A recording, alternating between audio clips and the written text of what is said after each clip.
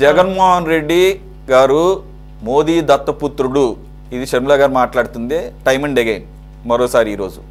అందు గురించే మీరు జగన్మోహన్ రెడ్డి గారు ఎన్ని డ్రామాలు వేసిన పర్యటనల పేరుతో ఎన్నిసార్లు పోలీసు యొక్క హెచ్చరికలు కానీ ఆంక్షలను కానీ మొదటి నుంచి కూడా తుంగలో తొక్కిన మీరు చర్యలు తీసుకోపోవడానికి కారణం మోదీకి జగన్కు ఉన్నటువంటి ఆ సంబంధమే అని మీ మీద డైరెక్ట్గా ఆవిడ విమర్శనాస్త్రాలు ఎక్కుపెట్టారు.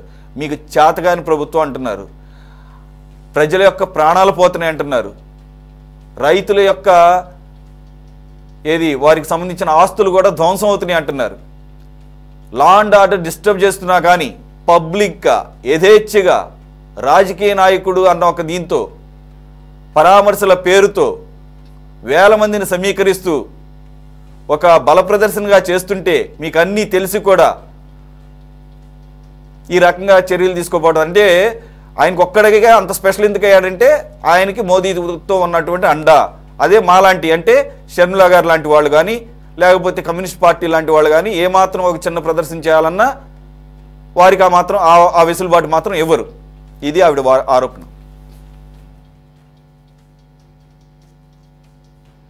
సార్, జగన్మోహన్ రెడ్డి గారు మొన్న రైతుల పరామర్శ తోటి బల ప్రదర్శన పెట్టింది వాస్తవమే, అందరూ తెలుసు. ఒక 15,000 మంది ఒక మోకగా తయారై అన్ని ప్రాంతాలకు వాళ్ళకి వెళ్తున్నారు. డిఐజీ గారు కూడా రిపోర్ట్ ఇచ్చారనేది సంకేతం. దానికి ఉదాహరణ సత్తెనపల్లి కావచ్చు, ప్రకాశం జిల్లా కావచ్చు, పుదిల్ దగ్గర ఈ పొగాకు రైతుల పరామర్శ. సత్తెనపల్లిలో వాళ్ళ నాయకుడు ఎప్పుడో సంవత్సరం క్రితం చనిపోతే దానికి పరామర్శ. ఇద్దరు చనిపోతే దాని మీద కేసులు కట్టడం జరిగింది. బంగారుపల్లి వెళ్ళిన దాని మీద మామిడికాయలు తీసుకొచ్చి ట్రక్కుల్లో, ట్రాక్టర్లోనండి, ట్రాక్టర్ ట్రక్కుల్లో పరదా పట్టలు కట్టి పైదాకా మనం వరి పొట్టు నింపుతాం చూడండి, పట్టులో పైదాకా అంతదాకా నింపి పక్కకు పోకుండా అవి తీసుకొచ్చి రోడ్ల మీద వేయడం అనేది అత్యంత పాశికమైనటువంటి చర్య. అందరూ ముక్తఖండంతో ప్రతి రైతుకు దాన్ని ఖండించాలి. కష్టపడి ఆలుగారం పండించిన పంటని రోడ్ల మీద పోసి ట్రాక్టర్లతో తొక్కించడం, ఏదో బల ప్రదర్శన చేయటం. ఒకటండి, ఆ ట్రాక్టర్లు కట్టిన జెండాలు చూడండి ఎవరియో, నిజమైన రైత వైఎస్ఆర్సీపీ జెండాలు కట్టుకుని వచ్చాడు ట్రాక్టర్లో. అంటే మీకు పండించిన పంట రైతుది, ఇది పేద బడుగు బలహీన వర్గాలకు పంచుదామని ఉందా? ఊరికి ఇవ్వండి, మీ పంట ఎక్కువై రోడ్ల మీద పోసే కంటే ఊరికి ఇవ్వండి, తీసుకునే వాళ్ళు ఉంటారు. ఇవాళ ఆహారం లేక అల్లాడిపోయే వాళ్ళు చాలామంది ఉన్నారు, వాళ్ళకి ఇవ్వండి. ఆ విధంగా మీరు మీ ఇష్టానుసారం చేసి రోడ్లలో అయితే కక్షపూరితంగా చేసే పరిస్థితి తెలుగుదేశం పార్టీకి లేదు. అన్నీ కూడా సక్రమంగా చట్ట ప్రకారం ఏం జరగాలో జరిగింది. సత్తెనపల్లిలో కూడా జగన్మోహన్ రెడ్డి గారి మీద కేసు పెట్టడం జరిగింది, ఎత్తిరిగా ఉంది. కేసు పెట్టడంలోనే అరెస్ట్ చేయడం కాదు, దాని మీద విచారణ చేయాలా, ఎఫ్ఐఆర్ కట్టి కోర్టులో సబ్మిట్ చేయాలి. ఆ తర్వాత కోర్టు నిర్ణయిస్తుంది.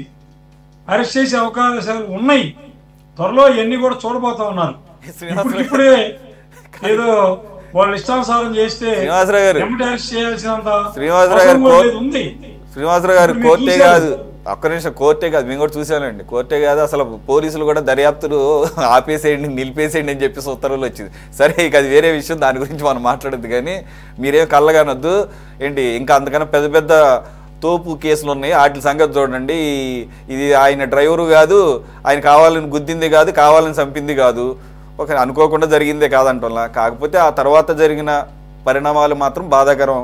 అది కూడా లీగల్గా స్క్రూటినైజ్ అవుతాయి, ఎందుకంటే అలా కూడా వదిలేసి వెళ్ళకూడదు. ఒక మనిషి మృతికి ఇండైరెక్ట్గా కారణం అయ్యారా? అవును సార్, కానీ కోర్టు అల్టిమేట్ కదా, కోర్టు అల్టిమేట్ కదా. జగన్మోహన్ రెడ్డి గారు కాదు కదా కారు నడిపింది, లోపల ఉన్నవాళ్ళు కాదు కదా కారు నడిపింది.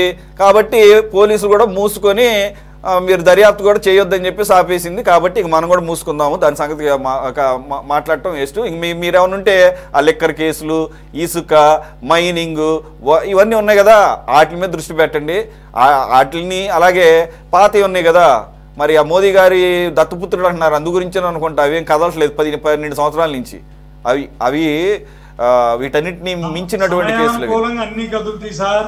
రథం దిగబడ్డంత మాత్రాన వదిలేసి ఎవరు. అదే సార్, ఇప్పుడు నేను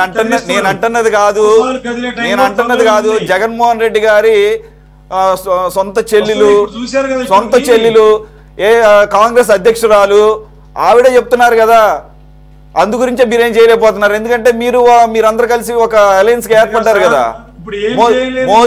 మోదీ గారికి అసలు నోరు ఉందని మాట్లాడిన వాళ్ళు ఏం చేస్తున్నారో చూస్తున్నారు. ఇప్పుడు నలుగురు ఎందుకు ఈ కర్మ బట్టి వైఎస్ఆర్సీపీలో చేరావా, ఎందుకు నోటికి ఇష్టం వచ్చినట్టు మాట్లాడామని కళ్ళంపడి నీళ్ళు పెట్టి ఇళ్ళకి పోయి భార్య భర్తలు కాళ్ళు గడ్డాలు పట్టుకొని అవి కూడా అన్ని పెట్టి కేసులేండి. అవి కాదు, అసలు ఉన్నారు కదా పెద్ద పెద్ద దొంగలు, వేల కోట్ల రూపాయల దాకా, వాటి గురించి తీయండి. అంతేగాని నోటి దోలతో వాగారని అవి కూడా కేసులు పెడతారు కాదంట్లా. అవి కాదు ముఖ్యం, ప్రజలకు దాటి వల్ల వచ్చేది లేదు. ప్రజా సొమ్ముని నిలువుగా దోచుకున్న వాటికి సంబంధించి అవి బయటికి తీసుకురండి. వాళ్ళని చట్టం ముందు నిలబెట్టండి, వాళ్ళని చట్ట ప్రకారం శిక్షించండి. పెద్దిరెడ్డి అంత సంపాదించేశాడు, ఇంత దోచుకున్నాడు, అంత దోచుకున్న మాటలు కాదు, చర్యల్లో కనపడాలి. లేకపోతే ఆడేవాడు నోటి దోలతో ఎవడు వాగాడు, బూతులు తిట్టాడని చెప్పేసి ఆయన లోపలే వేసి ఇంకేముంది అసలు మేము చాలా న్యాయం చేసాం, అద్భుతం అద్భుతం అనుకుంటే మీరు అనుకుంటున్నారేమో, ప్రజలు అలా అనుకోవట్లేదు, మీ కార్యకర్తలు కూడా అనుకోవట్లేదు అలాగ. రైట్, బాజీ గారు. సార్ బాజీ గారు, సబ్జెక్ట్ షర్మిల గారే. షర్మిల గారు ఆ మధ్య అమరావతి ప్రాంతంలో ఒకసారి మోడీ గారు రావడానికి 3-4 రోజుల ముందు మేము ప్రయత్నం చేశాం. అమరావతిలోకి వెళ్ళి కాస్త అసలు ఏంటి, ఎక్కడ ఏం చేస్తున్నారు, ఏం కట్టారు, మోడీ గారు వచ్చి ఏమి శంకుస్థాపన చేయబోతున్నాడు, లేకపోతే ఏం ప్రారంభించబోతున్నాడు అని చూద్దామని వెళ్దామని ప్రయత్నం చేశాం షర్మిల గారి ఆధ్వర్యంలో. ఆవిడని ఇంట్లో నుంచి బయటకే రానేలేదు. గన్నవరంలో ఆవిడ వెళ్ళాలో ఆపేశారు. అట్లాగే బీజేపీ కార్యకర్తలు వచ్చి రాళ్లు వేశారు, కోడిగుడ్లు వేశారు పార్టీ ఆఫీసులో. ఈ రకంగా అరాచకం చేసిన వాళ్ళు ఈవేళ జగన్మోహన్ రెడ్డి గారు వెళ్తుంటే, ఎంతో భారీ ఊరేగింపులు ప్రదర్శనలు చేసుకుంటూ వెళ్తుంటే ఎట్లా, ఎందుకని అనుమతిస్తున్నారు? దీనికి కారణం ఏంటి? జగన్కి భయపడి అతన్ని ఏదన్నా టచ్ చేస్తే ప్రజల్లో మళ్ళీ అతని మీద సింపతి పెరిగిపోతుందని భయపడుతున్నారా రాజకీయ కోణంలో? లేకపోతే ఏంటి కారణం చెప్పాలి ఈ శ్రీనివాసరావు గారు. ఎందుకు అనుమతిస్తున్నారు?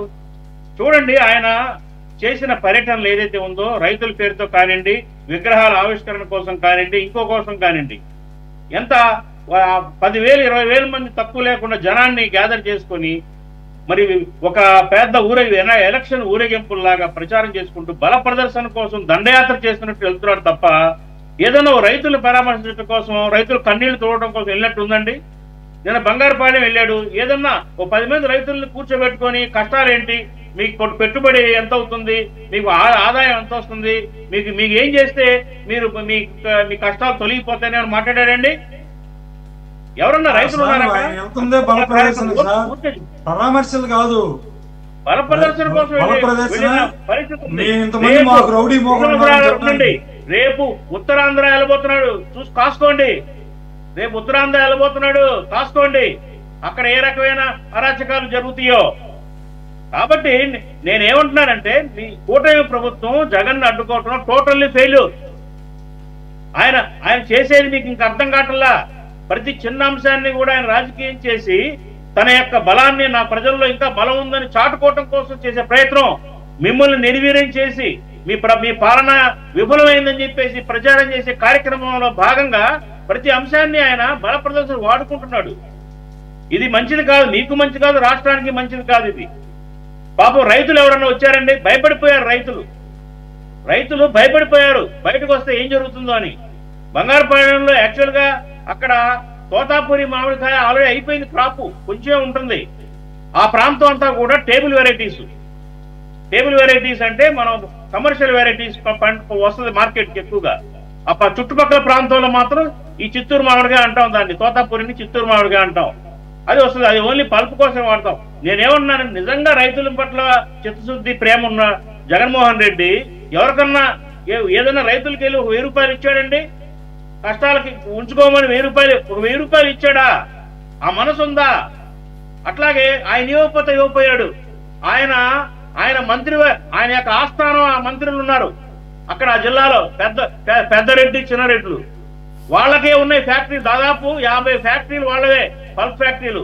పోనీ వాళ్ళన్న కొన్నారా? 2 రూపాయలకి 3 రూపాయలకి రైతుల్ని ఘోరంగా రైతుల్ని అవమానించారు. ఇంకోటి నేను చెప్తున్నానండి, ఫైనల్ గా ఆయన తొక్కిచ్చింది మామిడి పళ్ళ మీద కాదు, రైతుల సెంటిమెంట్ మీద, రైతుల ఆత్మాభిమానం మీద ట్రాక్టర్లతో తొక్కిచ్చాడు. ఎవరైనా కానీ రైతు తను పండించిన పంటని అపురూపంగా చూసుకుంటాడు, పెంచిన బిడ్డలతో సమానంగా చూసుకుంటాడు. ఆ పంటకి మంచి రేటు రావాలని అపురూపంగా దాన్ని కాపాడుకుంటూ మార్కెట్కి తీసుకెళ్తాడు. అలాంటి పంటని వికటాట్టహాసాలు చేస్తూ వాళ్ళు ట్రాక్టర్లతో తొక్కిచ్చారు అంటే రైతుల మనసుల్లో ఏ రకంగా కుమిలిపోయారో ఒకసారి మనం అర్థం చేసుకోవాలి.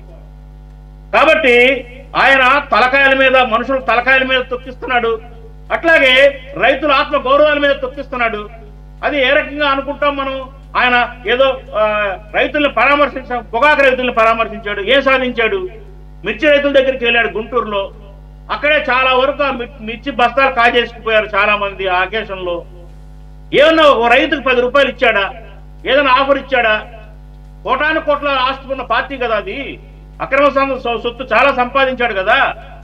ఏదైనా పట్టుమని 10 కోట్లు మీరు ఉంచుకోండి అని ఆ రైతులకి, కోఆపరేటివ్ సొసైటీ రిజిస్టర్ అయిన రైతులకి ఏదైనా ఇచ్చాడా? అది నిజంగా రైతుల పట్ల ప్రేమ గాని కన్సర్న్ గాని ఉంది అంటే అలా ఏదైనా చేసే పార్టీ తరఫున ఎవరన్నా గారు ప్రకృతి వైపరీత్యాలు అప్పుడు ఇస్తారని చెప్పేసి ఇచ్చినయే ఇంతవరకు రాలేదని చెప్పేసి అంటున్నారు. అది చెప్పాలి ప్రభుత్వం. 2 ఆయన అలాగే ఆయన ఫర్నిచర్ల గురించి ఇప్పటి వరకు లేదు. మరి ఆ ఫర్నిచర్కి ఆయన మీ అమౌంట్ పే చేస్తానన్నాడంట, లేదు రిటర్న్ చేయాలన్నారంట, అది ఏమీ తెలియదు. అలాగే ఇక్కడ దాకా ఎందుకండి, ఇప్పుడు మీరు కారణం అవునా కాదో పక్కన పెడదాం. సరే, ఒక నిండు ప్రాణం పోయింది, 10 లక్షలు అండి ఇచ్చేది, 10 లక్షలట. దాన్ని బట్టి అర్థం చేసుకోవాలి ఎంత ఉదార స్వభావుడో, ఎంత దాన్ని ఏమంటారు కరుణామయుడు అనేది. Right sir.